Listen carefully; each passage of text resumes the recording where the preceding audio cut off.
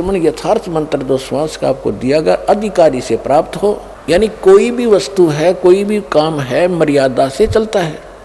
परमात्मा ने भी अपनी मर्यादा बना के छोड़ दी है कि छोटा सा बच्चा गर्भ में होता है, फिर वो बाहर आता है, समय पर बाहर आता है तो माँ के स्तन में दूध पहुँच जाता है पहले ही, क्योंकि उसके दांत नहीं होते। फिर समय युवा होता है इतने समय में, फिर इतने समय में फिर मरता है। ये मर्यादा भगवान ने बना रखी है। इसी प्रकार इस भक्ति की भी मर्यादा, इसमें इधर उधर होने से लाभ नहीं होगा बिल्कुल भी। तो क्या बताया भगवान ने कि परम संत से लेने के बाद जो एक श्वास का जाप आप करोगे उसको और मर्यादा में रहोगे तो आपकी इतनी पूंजी भक्ति की इकट्ठी हो जाएगी। अब ये समझ लो कि जैसे एक तो पैदल चले, पैदल जाने में आगे समुद्र आ गया, बाधा बन गई। समुद्र जहाँ तक देखते जल ही जल है, जल ही जल है, वापस आ जाता है कि आगे धरती खत्म।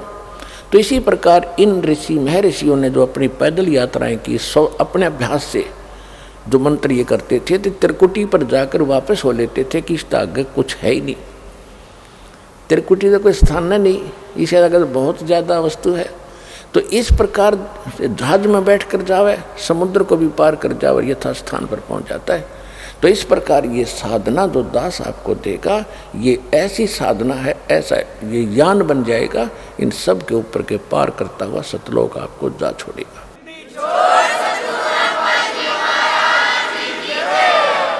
और जो कुछ भी हम इस शरीर के अंदर सुन रहे हैं, ये तो एक पिंड है, और इस पिंड के अंदर एक ब्रह्मांड का ही, इसमें जो कुछ भी हो रहा है वही सुनाई देता, वही दिखाई देता। जो इसके अंदर हमें धुन सुनती हैं, जैसे विशेषकर राधा स्वामी वाले तो इसी पर जोर दे रखा है कि अंदर कान दाब करके देखो, देखो अंदर घंटियाँ बज रही हैं, इसमें मुरली की आवाज़ आती है, बांसुरी की आती है, वो सुनते हैं, नगाड़े बज रहे हैं, बादल की गर्जना सुन रही है। ये तो इस एक ब्रह्मांड काल का ही साजबाज है। ये इससे बाहर है, वो ऊपर सतलोक से वो अलग आती है वो धुन, और केवल उसी को सुनेगी वो धुन जो सतनाम और सार नाम का जाप करेगा। बाकी अन्य को जो सुनती है वो इस काल की सुनती है। इस शरीर के अंदर जो भी सुन रही काल की ही सुन रही है, और वो परमात्मा की धुन इनसे हटकर होगी। लेकिन उस धुन के सुनने से कोई प्रयोजन सिद्ध नहीं होगा आपका सिद्ध होगा मंत्र जाप करके, जो दास कहे ऐसे करते रहो। यहाँ से आप स्वयं नहीं जा सकते। इस भक्ति की कमाई जब आपकी हो जाएगी तभी आपको यहाँ से ले जाया जाएगा। आपकी मर्यादा सही होगी, आपकी यहाँ से आस्था हट जाएगी, तब परमात्मा आपको विमान में बैठाएंगे और इस दास के रूप में साथ बैठेंगे। हजारों हजारों की संख्या में इकट्ठे जाओगे, यहाँ से हजारों की संख्या में वो दिन आएगा।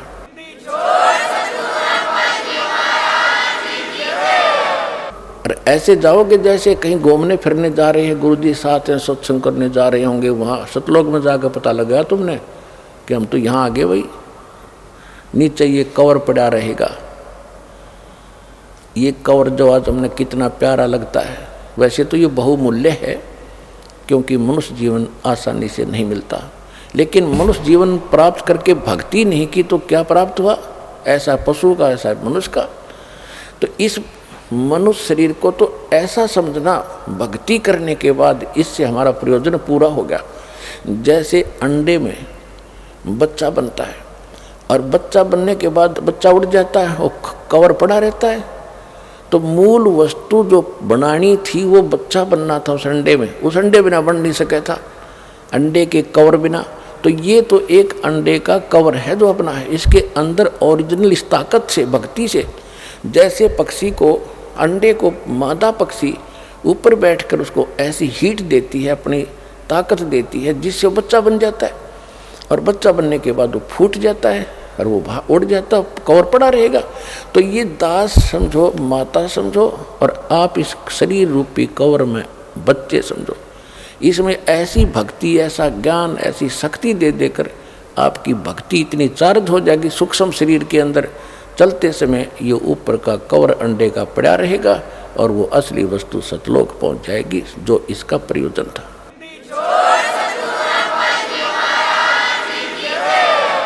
इसके विषय में सूक्ष्म वेद में गरीबदास साहिब जी ने कहा है, देह गिरी तो क्या हुआ, ये झूठी सब है पटीट, पक्षी उड़ गया आकाश को और चलते कर गया बीट। एक और उदाहरण दिया है कि ये जो शरीर है तेरा, ये तो खत्म होना है। यो अगर आपने भक्ति सही कर ली और सत भक्ति कर ली, कमाई इसकी इकट्ठी कर ली, तो ये बेशक गिरी रहो, ये तो ऐसी है उस समय तेरे लिए जैसे पक्षी उड़ते समय और बीट करके उड़ जाए। ये शरीर जो है मनुष्य का, ये तो बीट समझो, और ओरिजिनल वस्तु इसके अंदर एक सूक्ष्म शरीर है। उसमें यह भक्ति चार्ज हो जाएगी आपकी। उस भक्ति से चार्ज होने के बाद ये निकल कर चला जाएगा।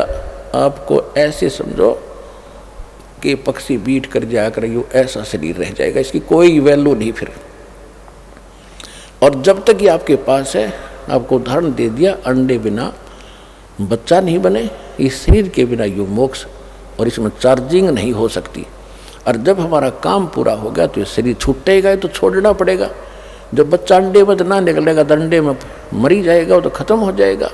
इससे निकलेंगे, फिर ऐसे नहीं निकलेंगे जैसे पहले तो इसको मार पीट कर निकालते यम के दूत। और इस भक्ति की ताकत से आप 1 सेकंड में बाहर पाओगे इससे, और परमात्मा के विमान में और सतलोक जा रहे होगे। तो ये इतनी ताकत देगा आपको ये सतनाम। तो उसके बारे में जैसे हम आपको बहुत सी मर्यादा बताते हैं कि आपने ये त्यौहार आता है होली, इसके अंदर कुछ भी सहयोग नहीं देना है, पार्टिसिपेट नहीं करना है ना इस पर, क्योंकि हम ये देखो पुण्यात्माओं, इस ज्ञान से आपका मन हटेगा इन बकवादों से। एक भक्त बता रहा था कि हमने 10 वर्ष तक कोई त्यौहार मना कर नहीं देखा। हमारा एक परिवार है, चाचे ताऊओं का 10-12 घर हैं, 3-4 घर हैं, उनमें 10 मौत होगी, एक वर्ष में 2 हो जाती, कई मौत होगी। तो कोई भी त्यौहार हमने नहीं मनाया। त्यौहार निकट आवे और कोई ऐसा निकट संबंधी या कोई भाई या माँ बाप वो मर जा, जुआ कोई ऐसे कोई बहन विधवा होगी, हमने कहता 10 साल हो गए त्यौहार नहीं मनाया कोई भी। अब इधर से होरी खेल रहे हैं, उधर कोई मृत्यु का संदेश आ जा, टक्कर मार रहा हो, तो अब खेल ले होरी, खेल के दिखा। इसे गंदे लोक में क्या करना था, क्या करने लग गए आप लोग। तो गरीबदास साहिब जी के पास गांव के लोग आए कि आओ महाराज होली खेल लेंगे। परमात्मा के बच्चे बोले, भाई हम ये होली नहीं खेलते, हम होली खेलते हैं राम नाम की। राम नाम की होली जो खेलता उसको कभी हानि नहीं होती, दुख नहीं होता। और राम नाम की होली भी तभी खेली जाएगी जब हमारे पास राम का नाम सही होगा। तो राम नाम कौन सा है सही? गरीबदास जी जो क्लियर कर रखा है, राम नाम जप कर थर होई, ओम सोहम मंत्र दोई, यू है राम का नाम। तो उसके बारे में क्या बताते हैं, सतनाम पालड़ रंग होरी हो। यानी ग्रंथ में गरीबदास जी की वाणी में तो वो अक्सर न्यारे न्यारे लिखे हैं, लेकिन मैं बार बार नहीं बताऊंगा, उसको मैं सतनाम बोल रहा हूँ। ग्रंथ में वो दोनों मंत्र न्यारे न्यारे लिखे हैं, ये और ये मंत्र पालड़ रंग होरी हो, तो उसको गुप्त करके दास सतनाम बोल रहा है। वैसे गरीबदास जी की वाणी में वो दोनों मंत्र लिखे हैं कि दोनों मंत्र पालड़ रंग होरी हो, मैं उसको सतनाम कह रहा हूँ। तो क्या कहा कि सतनाम पालड़ रंग होरी हो, भाई 14 लोक चढ़ावे राम रंग होरी हो, 3 लोक पासेंग धर रंग होरी हो, तो ना तुले तुलाया राम रंग होरी हो।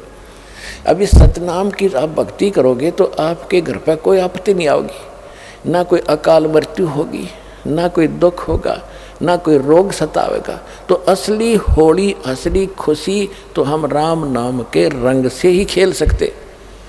उनका कहने का भाव ये है। अब जैसे तखड़ी के अंदर, तराजू के अंदर बैलेंस बोलो अंग्रेजी में, इसके 2 पलड़े होते तराजू के,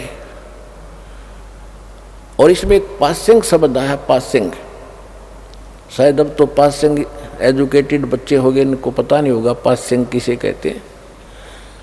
जब तखड़ी के अंदर, तराजू के अंदर कोई त्रुटि होती थी, अनबैलेंस्ड होती थी, उसमें जो उसको बैलेंस करने के लिए, उसकी वह त्रुटि रहित करने के लिए ऐसे चेक किया जाता था। हमारे घर पर, हमारे पिताजी के पास ये दुकानदार बनिए लोग, सौदागर आते थे गेहूं, बाजरा, ज्वार मोल लेने के लिए, क्योंकि दास का जन्म एक किसान परिवार में हुआ।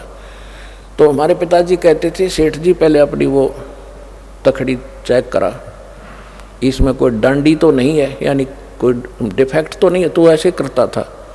तो अगर कोई डिफेक्ट होता, टेढ़े मेढ़े होते वो, तो दूसरी तरफ उसको बराबर करने के लिए जो कणक तोलनी होती, मान लीजिए गेहूं तोलना है, तो थोड़ा सा गेहूं उठाकर 10-20 गेहूं उठा के और दूसरे पलड़े में डाल दिया जाता था और वो फिर तखड़ी बराबर हो जाती थी, उसमें त्रुटि नहीं रहती थी।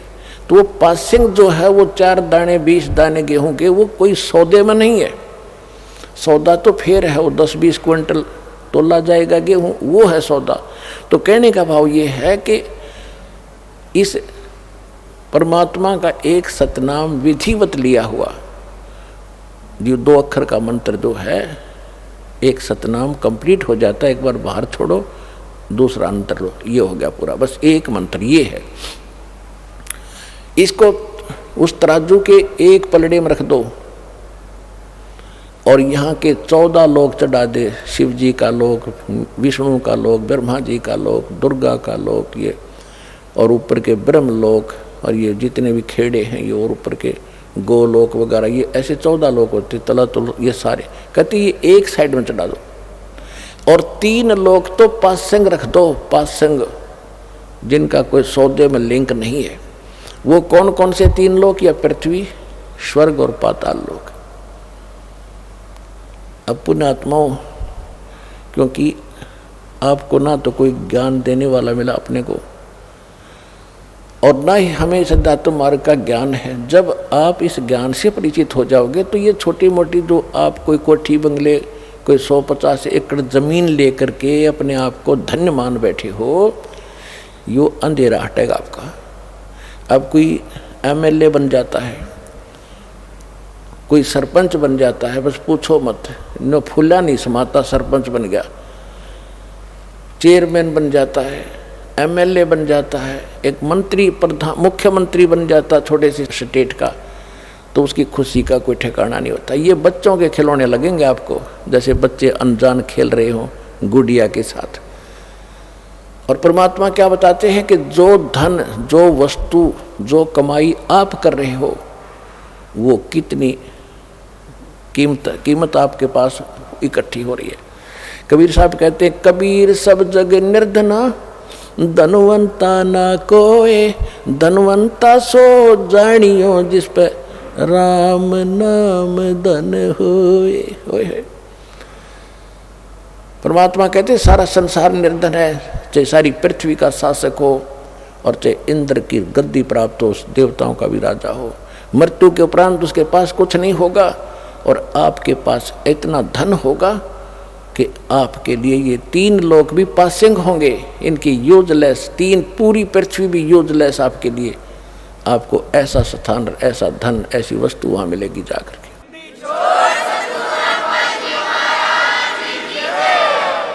अब क्या बताते हैं, कोई मंत्री बन जाता है, प्रधानमंत्री बन जाता है, सब समझता है मैंने अपने जीवन को सफल कर लिया। और जब वो अध्यात्म ज्ञान से परिचित हो गए, और आप तो हो ही लिए, तब आपको पता चलेगा इसने तो अपना जीवन नाश कर लिया, खाक सफल कर लिया मनुष्य जीवन को। मनुष्य जीवन का काम तो शुरुआत भी नहीं की।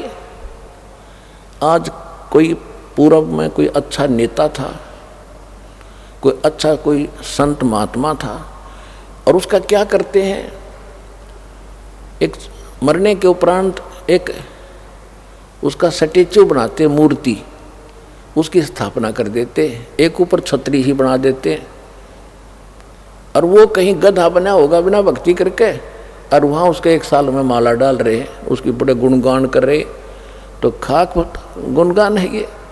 तो परमात्मा के ज्ञान से जब आप परिचित हो जाओगे तब आपको महसूस होगा कि आपको क्या मिला और इस संसार को क्या मिला जो आपको आज महिमावान नजर आ रहे हैं। अंत लास्ट में जो भगवान के दरबार में आपकी कीमत आंकी जाएगी उसमें पता चलेगा वो तो कौड़ी थे तो सारी पृथ्वी का राजा हो, और आप लाल बन गए इस भक्ति के करने से भगवान के दरबार में पहुंच जाओगे।